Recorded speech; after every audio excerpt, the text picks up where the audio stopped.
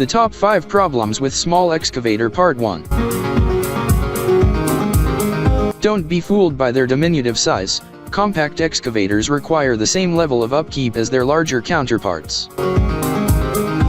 Here are 5 concerns with compact excavators that need to be addressed. Number 1. Keep an eye on the stress. Track tension is one of the most ignored service sites on compact excavators. The majority of them have rubber tracks that must be adjusted appropriately to enhance longevity and minimize wear on the track and its components. A loose track will accelerate wear, incurring extra downtime and halting production while a new track is installed.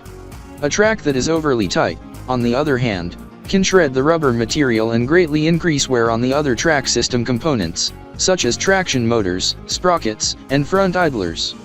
To ensure the track tension is just correct, operators should always refer to the operator's manual and check track sag measurement on a regular basis. Number 2. Put some grease on it. Grease is the lifeblood of all pins and bushings, and it's a regular servicing point that's often overlooked. All pins and bushings should be lubricated on a daily basis as a general rule. The operator's manual will assist in identifying each grease spot as well as recommending grease quantity and quality.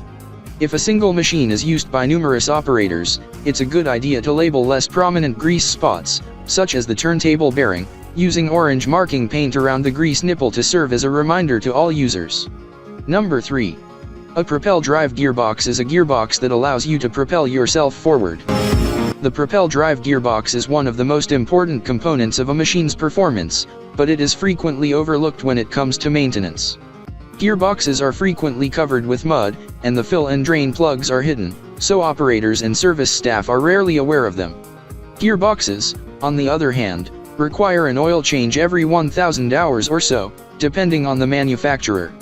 Even though gearboxes are small, they are nevertheless costly to produce since they contain the same internal components as their larger cousins, albeit on a smaller scale.